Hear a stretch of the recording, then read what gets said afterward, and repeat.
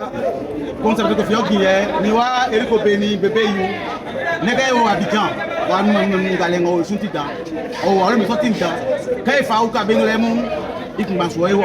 So. Ben ka be o pa la ki ti won invité Bali, o le ben ka be o le Bali, lui fi comme ya quoi, comme wa kanti lo. Na mi wa nyonga avec communication. Dinga me keli, so osio. So. Et il flamme o le mu ka kwa na lo wa me moi, ai masi an gro na me ya lu na la fait juin. Bon, on le fait quand même, il va à plan aussi. Nous allons dormir 14 heures. Et moi, par là, mais là, il faut soit mal, on a beau. Soit. C'est un maçon frère qui est maçon et ma bé. Ou tiens, donc il va ouvrir comme musulman. Et il y en a un on a beau, le wallon musique nous. C'est un paralléliquement, on regarde le musique comme nous maçon.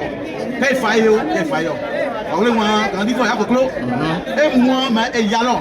Et le béni au là il y a quand et quand ben quand au sous quand au sous pour le couple pour le couple on même non c'est car pour le couple pour le couple c'est car ça c'est et il y a béni au sous et qui fait un code l'autre pour le couple pour le couple on c'est car amwe on le muka quoi amwe on est cochon beau on met dans la coffee on déjà et il y a mabelo déjà et on est cochon beau et à mes mots et à mes quoi mais on va me voilà